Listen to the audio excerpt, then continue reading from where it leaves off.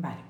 Entonces, toda esa parte de proyecto sentido que entendemos desde los 9 meses antes de gestación, de la concepción, los 9 meses de gestación, que ya son 18 meses antes de nacer, el momento del parto y los 3 años principales, digamos, de la crianza o la lactancia, que se le entiende, lo vamos a ver en nuestra vida, o cómo vamos a ir a encontrar esa información a través de la repetición, la oposición y la reparación. Así es como Marc Flecher empezó a indagar e investigar a través de sus pacientes como psicólogo. ¿Vale? Por fin, quien tenga el audio activado, que lo quite, porque algo estoy oyendo por ahí. Y más que nada es porque luego se queda la clase aquí, listo. Entonces, ¿qué es la repetición? Pues los patrones que se repiten en esa nueva generación, en ti, ¿vale? ¿Qué es un patrón que se puede estar repitiendo? Pues la pauta de conducta de cómo es mi madre, por ejemplo. Si tu madre en ese momento estuvo viviendo con relación a su vida, con tu padre y en su entorno familiar, una situación de miedo, porque estoy teniendo miedo, vamos a poner un ejemplo,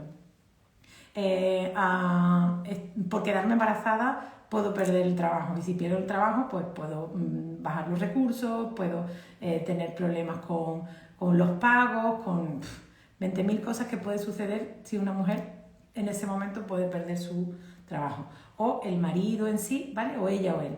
¿Qué es lo que se puede repetir? Pues que cada vez que tengas una situación en la que intuyas que puedes perder el trabajo, te pueden despedir o algo, tú vivas y revivas todo eso que ya viviste inconscientemente dentro del vientre de mamá, ¿vale? Entonces, un patrón de oposición pues podría ser completamente lo contrario, ¿vale? Si tu madre está viviendo miedo que por el embarazo la expulsaran, ¿sí?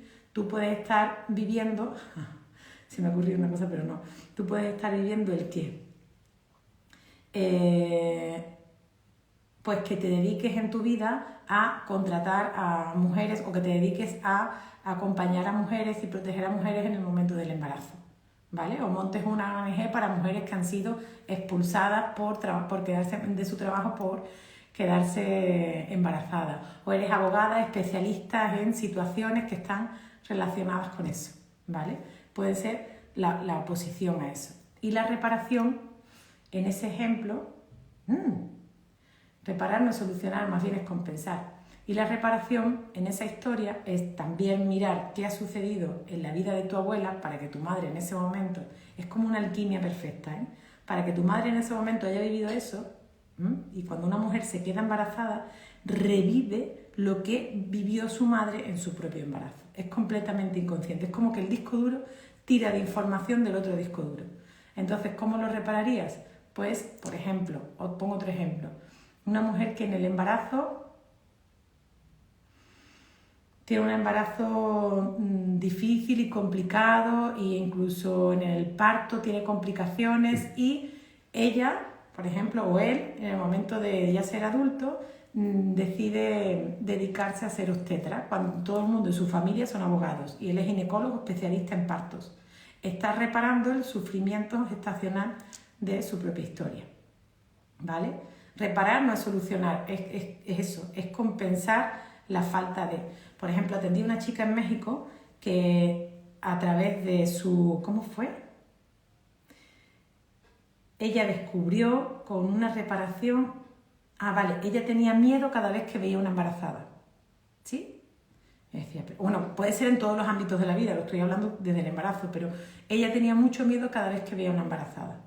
Y decía, ¿pero por qué? ¿Qué te infunde? ¿Qué rechazo? ¿No? Miedo. La veo y me da como me dan ganas de meterla a mi casa y que no se mueva y que... Dice, pero eso no es normal. ¿Cómo fue el embarazo de tu madre? Bien, yo fui la primogénita. Mi madre, hombre, tuvo los miedos de una primeriza, también era joven, tenía 18 años cuando se quedó embarazada de mí, no sé qué. Ok, ¿cuál fue la historia de tu abuela? Y dijo, adiós. O sea, la toma de conciencia fue... No fue mi abuela materna. La abuela materna tuvo no sé cuántos hijos, que es una exageración tener más de 3. Es un exceso biológico. Sino su abuela paterna, y pongo este ejemplo porque Mindy preguntó antes qué pasa con la abuela paterna embarazada de gemelos, ella murió y perdió los gemelos antes de llegar al hospital porque no tenía dinero para para tomar un taxi o alguien que la llevara. El abuelo estaba trabajando, era ferroviario, y cuando esta mujer llegó con gemelos a poder llegar a ese lugar, no consiguió llegar y murió de camino al hospital. Entonces ella, en su proyecto sentido, tenía el miedo absoluto de ver una embarazada porque podría correr miedo, podía correr, ¿cómo se dice? Podía correr riesgo de muerte, ¿sí? Entonces rechazaba esa parte. ¿Cómo lo somatizaba ella luego en su vida contemporánea? En muchos casos, gran parte de lo que vivía era... ya estoy un poquito espesa, después de 4 horas de clase. Vivía, ¿cómo se llama la desconexión esta? Decídmelo, por favor. Epilepsia. ¿Ok? Entonces la epilepsia es una manera que tiene el cerebro de cuando se siente desprotegido, todo el cuerpo, toda la parte biológica, lo que hace es que se desconecta. Y ella había vivido siempre mucha desprotección paterna. Su padre vivió mucha desprotección materna, puesto que su madre, al dar a luz a sus hermanos, murió. Entonces todo eso puede estar relacionado directamente desde una repetición, desde una oposición o desde una reparación. ¿Me hice entender? Después de la espesura que tengo. Vale, ya se me quita. Lo voy a repetir varias veces y sobre todo en genética emocional vais a comprender mucho esta parte. Entonces, el proyecto sentido, que es lo que nos viene a hablar esa parte de nuestra vida, que existe algo más fuerte que el deseo consciente. Ya lo he dicho, aunque un hombre y una mujer tengan el deseo de engendrar, lo que los lleva a engendrar no es solamente ese deseo consciente, sino el equilibrio inconsciente de toda su estructura familiar y colectiva. Cuando hablamos familiar, es de la filiación de la gente que compone su familia, más el colectivo, de su ciudad, de su núcleo, de su entorno. ¿Vale? Entonces, todo ser humano ya trae un proyecto sentido general, no solamente es lo de mi madre. Si vosotros queréis ver vuestro proyecto sentido colectivo, poner en Google la fecha de nacimiento 19 meses antes. ¿Vale? Entonces, buscar en ese tiempo, poner qué sucedió en vuestro entorno, en vuestro lugar. Si yo nací el 19 de marzo de 1978, pues me voy a ir al 19 de junio, si no me equivoco, de 1976. Lo estoy haciendo mentalmente, ¿vale? Lo hice ya en su época y a mí me sirvió para entender un poco toda la historia, que lo vais a ver en genética emocional, pero aquí por lo de las capas embrionarias os quise explicar un poco esta parte. Cuando me pongo en el lugar de las fechas cuando nacieron mis padres, mi madre nace en junio del año 36 y mi padre en julio del año 39. ¿Qué ha pasado en el colectivo ahí? Pues en España concretamente, en el año 1936 inicia una guerra civil española y en el 39 termina. Y no sé por qué, buscando esa información, a mí me hizo como clic y dije, ¿por qué? ¿Sabes? Me quedé así como en el aire. Digo, mi madre inicia una guerra, nace antes de justo cuando se genera una guerra y mi padre justo cuando se termina. Y miré en 1978, que fue el año que yo nací, y se creó la Constitución Española. Entonces entendí en mi propia historia de vida que una de las partes del para qué yo había nacido era para generar nuevas leyes, para generar una democracia. ¿Os dais cuenta de lo que hago? Acompañar a que te pongas en paz contigo para que estés en paz con todo el mundo. Es una democracia. Pero solo lo entiendo yo. Dile a alguien que te lo haga. No, eres tú mismo el que tienes que indagar en ese propio proyecto sentido, ¿vale? Independientemente de la historia familiar, que es lo que más te va a resonar. Por ejemplo, sigo poniendo historias. A mí me dicen, ¿por qué cuentas lo tuyo? Y digo, no deberías de contar lo tuyo. Me han asesorado más de alguien de marketing por ahí. Digo, es que es la mejor historia que me conozco. Es la paciente que llevo más años con ella. Sí, entonces cuando, por ejemplo, vale, en una situación de proyecto sentido que no sea somatizada. Yo siempre he tenido la sensación de libertad y de soledad muy arraigada. O sea, siempre me sentía muy sola, pero además no me comprometía porque tenía que sentirme muy libre. Y era como, qué incongruencia, si no quiero estar sola he de comprometerme y de estar en grupos, en gente, pero tendía a estar sola. Entonces, cuando le pregunto a mi madre, poco tiempo antes de ella empezar con Alzheimer, le pregunto a mi madre que cómo vivió mi embarazo, qué estaba sucediendo, y ella me dijo que yo era algo inesperado, o sea, que era muy deseada, la última niña, después de 4 niños, todo el cuento materno que cuenta una madre para protegerte emocionalmente, pero luego ya la senté como de mujer a mujer, de decir, mamá, cuéntamelo como tú lo viviste como mujer, y me dijo, pues fue súper doloroso. ¿Por qué? Porque tu padre en ese momento tenía otra relación fuera de la nuestra, tu padre tenía, y yo quería, en ese momento de mi vida, en vez de quedarme embarazada, yo lo que me quería era divorciar. Y en esa época, antes de yo nacer, sobre el 76-77, la mujer en España no se podía divorciar, no podía obtener su libertad matrimonial. ¿Sí? Entonces entendéis el para qué yo, en oposición, nunca me he casado. Sí, he tenido mis parejas, he convivido, pero en oposición yo he podido entender eso. Luego ya ha sido una elección propia, ¿sí? Pero para mí era como casarme, perdona, compromiso, no. Me podía comprometer en lo profesional, lo que fuera, pero en lo personal, no. Sí, es una forma de vivir ese proyecto sentido, lo que vivió mi madre, yo en oposición. Por ejemplo, yo no he dejado de subirme en un avión no sé cuántos años de mi vida, y mi madre nunca se subía. ¿Por qué nunca se subió? Porque ella entendía que estaba atada y yo tenía que equilibrar esa situación de atarse. Es todo demasiado sutil, pero te engrandece el proceso de autoconocimiento, saber si estás repitiendo, estás en el otro lado o reparando. ¿Ok? Sobre todo las reparaciones se ven mucho en los hobbies y en las profesiones, es donde más vais a identificar esa parte de reparación. Vamos con la tercera parte, como el origen del ciclo emocional.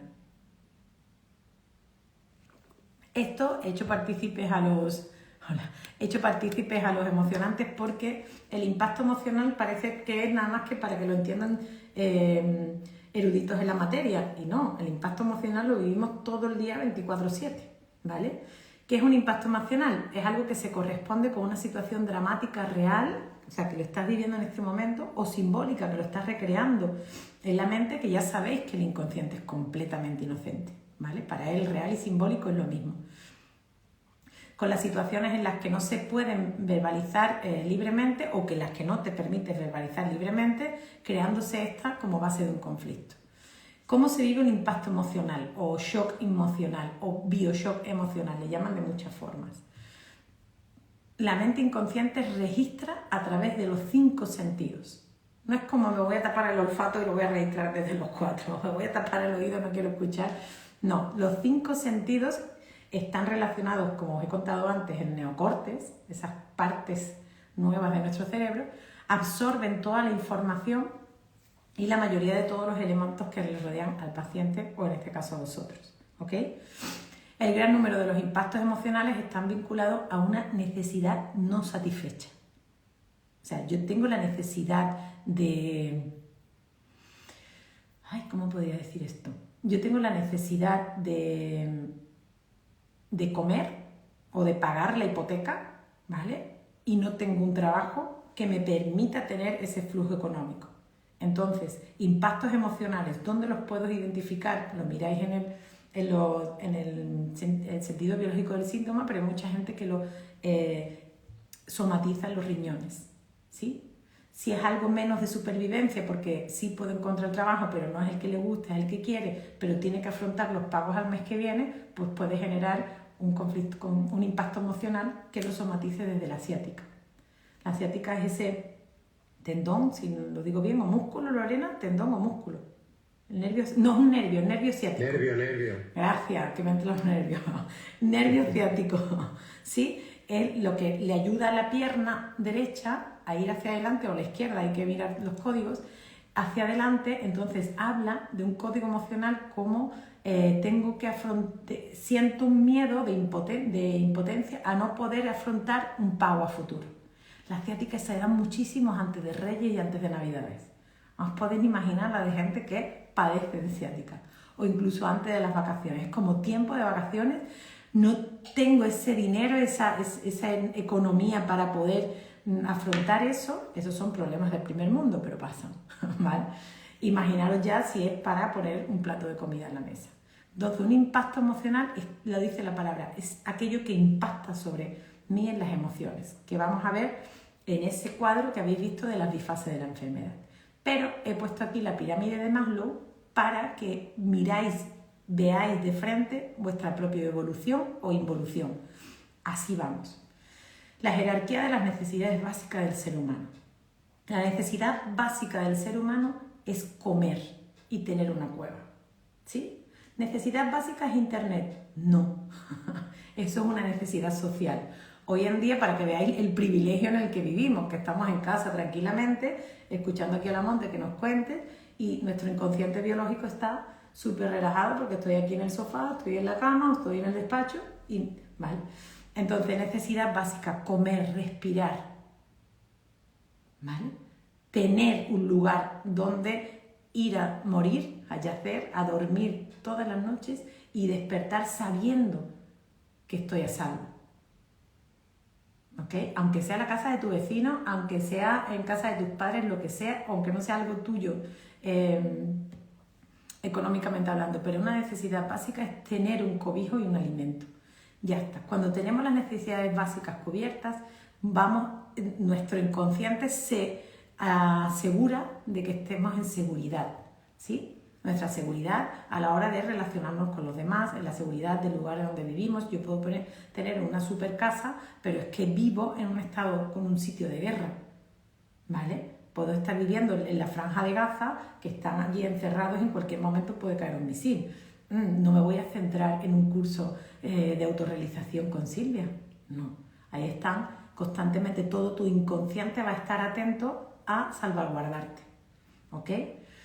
Necesidades sociales existen y son naturales, porque a partir de los 12, entre los 12 y los 24 años, necesitamos generar un grupo gregario que se llama, que es un grupo donde yo me siento identificado o identificada, que es mi grupo de amigos, mi sociedad, mi entorno, la gente del instituto, la gente de la universidad, mis primos, la gente fuera de mi cueva, porque ya tengo mi cueva, tengo mis padres que me protegen fuera y además, lo estoy hablando de una edad temprana, ¿ok?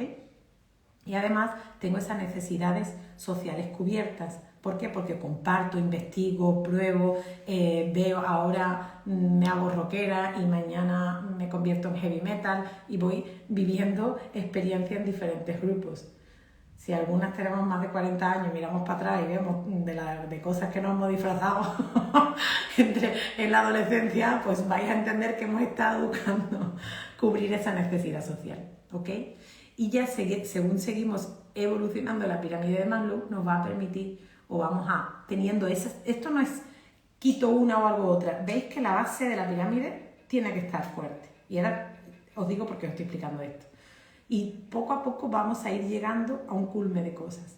Cuando tú ya tienes esas tres necesidades cubiertas, que es la básica, la de seguridad y la social, vas a necesitar estima. Entonces vas a crear relaciones, parejas, un entorno laboral cómodo, donde la estima es el estimarse a sí mismo y el sentirse estimado, el poder estimar a otros, el sentirse estimado y así, vamos a desarrollar una personalidad más abierta, más común. Entonces, claro, ahora ya que lo tengo todo cubierto, ya me puedo expresar yo. En supervivencia se expresa tu animal. Y si hay que robar para comer, robo. Ah, no, es que alguien que no tiene esa necesidad te lo juzga. Y te dice, es que robar no está bien, ya señora, pero es que es mi animal, es que le tengo que dar de comer a mis crías. ¿Sí? Entonces, eso, ver dónde está cada persona, te va a servir para darte cuenta dónde estás tú y qué es lo que pretendes hacer con toda esa información. Y ya de ahí la necesidad de estima, porque cuando tú estás amando y te aman, cuando tú estás respetando y te respetan, ya es innato, llegáis a este punto en el que estamos todos ahora. Necesito autorrealizarme, necesito reconocer cuál es mi propósito de vida. Y propósito de vida es vivir, ¿vale? Pero dentro de toda esta sociedad, todo esto que ya tengo, ¿cómo soy? ¿Quién soy? ¿A dónde voy? Ahí te empiezas a hacer todas esas preguntas, ¿ok? Entonces, ¿cuál es la historia de esto? Que tengas muy en cuenta en cuando has tenido impactos emocionales, dónde estabas en tu vida. ¿En qué franja está? Porque esto fluctúa, lo mismo llega arriba, abajo, sí, que cada vez la bajada es más lenta, más paulatina, no es tan no es tan vertical, pero sí. Y si a mí me viene alguien, por ejemplo, a consulta y tiene una necesidad básica, no le voy a decir que venga al retiro a autorrealizarse. Lo que se tiene que ir es a buscar trabajo. ¿Vale? Una chica que lo tenía todo financieramente hablando, viajaba a París, Roma, siempre viajando por todo su trabajo y tal, lo pierde. Y ella es madre soltera, lo pierde y se tiene que ir justo en pandemia a vivir a casa de la madre. Ella lo vive egoicamente horrible porque claro, lo he perdido todo, no sé. Vale, pero es que tú no puedes venir a autorrealizarte y a sentirte como te sentías antes, porque antes tenía todas esas necesidades cubiertas. Tú tienes que empezar a sacarte de ahí de nuevo. Y me dice, ¿pero qué hago? Digo, como si te tienes... Yo lo puse como ejemplo. Digo, como desde ese estatus que tenía social o profesional, como si te tienes que ir al McDonald's a poner hamburguesas. Te va a dar $500 y vas a poder pagar el colegio de tu hija. Salte de esa necesidad básica para poder centrarte en la seguridad, para poder... Se fue al McDonald's literalmente. Yo le puse un ejemplo. Era como, vete a trabajar a lo que sea, pero sácate de ahí. Estuvo 6 meses, ahorró, se alquiló, bueno, se rentó su apartamento. De su apartamento ya pudo escolarizar de nuevo a su hija. Y ahora ella está en otra vibración, pero yo no la puedo llevar... yo le dije, no te quiero ver más en sesión hasta que no tengas cubierto esto, porque realmente yo lo que hago es llevar de esas necesidades de estima, llevarte a la autorrealización, según Maslow, ¿vale? Entonces, mírate en qué punto estás, ¿ok? Y todo esto nos lo mueven los impactos emocionales que hemos tenido en nuestra vida. Entonces, Carl Gustav Jung, nuestro gran pionero en esto, nos dice y sobre todo, cuando hayáis visto esos impactos emocionales, en qué órganos se han desarrollado. O a lo mejor están en el mental, porque estás en depresión. Si estás en depresión, tienes que ver cuáles son las fases que te faltan, cuáles son las partes de esa pirámide que te está permitiendo o te está impidiendo sentirte autorrealizado. ¿Ok? Por eso es tan importante para alguien que tenga menos presión, depresión, tenga sus necesidades básicas, vale, tengo casa, tengo comida, tengo tal, vale, pues ahora busca tu propia seguridad en el mundo.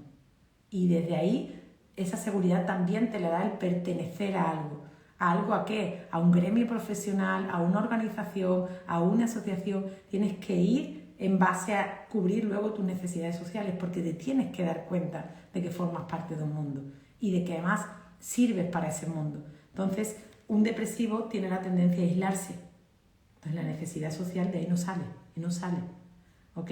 Por eso hay que moverle, hay que sacarle, hay que invitarle a muchas cosas. Entonces, el síntoma es siempre una adaptación biológica de supervivencia.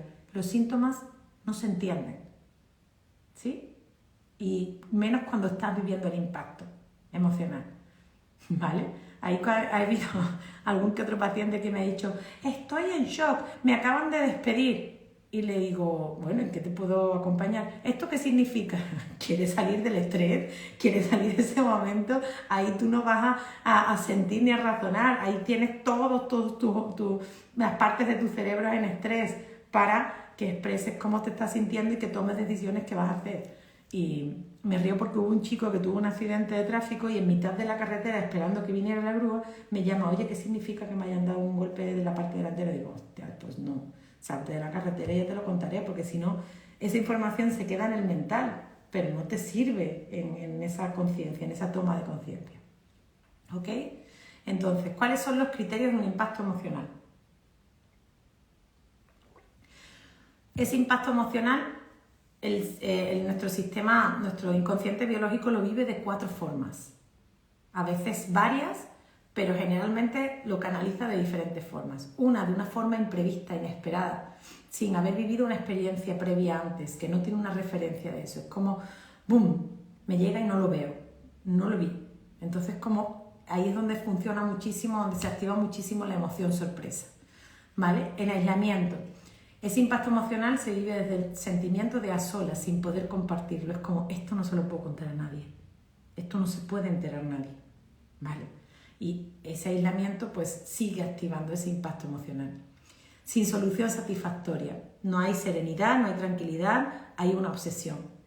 ¿Sí? En algunos momentos es como se vive, no sé, en una relación. Ella, por ejemplo, un chico que he atendido hace poco, está obsesionado con la pareja que lo acaba de dejar hace prácticamente 3 semanas, bueno, poco después de las Navidades. ¿Y por qué tiene esa sensación de sin solución satisfactoria? Porque ella no le ha explicado nada, no le ha expresado nada. Ha dicho, te dejo, la culpa es tuya y déjame. Y le ha bloqueado en todo y él no ha podido expresar, no ha podido tener información, sacar y canalizar ese impacto. Entonces se ha quedado como en una obsesión de qué pasa, qué hago, hasta que ya pudo permitir hacer eso en sesión. Entonces, también un impacto emocional se vive desde una fase dramática, este conflicto entre la realidad y la necesidad. La fase dramática es que le ponemos demasiado énfasis, demasiado impacto emocional. O sea, sí, es duro lo que te ha pasado, pero ¿qué es lo que estás haciendo? Constantemente reviviéndolo y dramatizándolo. No lo estás canalizando a como, vale, esto ya me ha pasado, ¿cómo lo gestiono? ¿Qué es lo que hago? ¿Qué tengo que aprender? ¿Cómo tomo conciencia? ¿Sí? ¿A quién le pido ayuda? Te quedas en el dramático, que está como muy de moda esa palabra de drama queen, de la típica amiga que siempre está en la misma historia de hace 20 años que la dejó el novio. Oiga, señora, salga de ahí. ¿Vale? Pero sí es como se puede o podéis ir valorar en qué impacto emocional estáis. ¿Cómo funcionan esos impactos? De 2 formas. El efecto misil es el efecto de recibes una información, por ejemplo, alguien que ha tenido un accidente de tráfico de tu entorno, ¿vale? De tu familia. Y te llaman y te dicen, oye, que fulanito está en el hospital y ha tenido un accidente de tráfico. Y lo vives con un efecto misil. Es como, wow, ¿qué ha pasado? ¿No? Esa sorpresa de cómo lo hago. Y se queda toda esos sentimientos de desesperación, de angustia, ¿vale? En ese punto. Entonces, eso es un efecto misil. Y el efecto vasija o acumulativo es que lo vives muchas veces. Es como cuando vas al trabajo y tu jefe no para de menospreciarte, de insultarte o faltarte al respeto. Y esa chica que va al trabajo y el jefe le dice que quede, que porque llega tarde, y ella se calla. Y al día siguiente le duele un poco la garganta. Viene al trabajo y ¿por qué no me has mandado los informes? Y es muy abusivo. Y ella se sigue callando y no expresa, no dice. Y ya no le duele la garganta, que además tiene faringitis, tiene infección la faringitis porque no expresa. ¿Ok? Entonces, claro, todo eso le va generando, todo ese impacto emocional, le va generando una acumulación de emociones que se somatizan o lo pueden somatizar en un momento misil o el gotita a gotita, ¿vale? El martirio chino. Y para siempre tener claro el impacto emocional desde dónde me viene, lo tengo que ver con la mirada holística. Mi vida contemporánea, o sea, como autoconocimiento en el momento es expresar, lo vais a ver en anatomía emocional, es cómo expresar en los ejercicios del 7º módulo, de cómo hacer mi propio acompañamiento y tal, ¿vale? Pero sobre todo, tener en cuenta la mirada holística, ¿para qué? Para conocer de dónde viene esto, para conocer qué me está diciendo esta situación que la vengo viviendo tantas veces, o esto que me acaba de suceder. ¿Sí? ¿Oído, cocina? ¿Bien? ¿Seguimos? ¿Me seguís? Venga, estupendo. Tiri, tiri. Ok, esta parte. Ay, Dios mío. Los ciclos biológicos ya lo vamos a dejar para los salen. Gracias por estar ahí.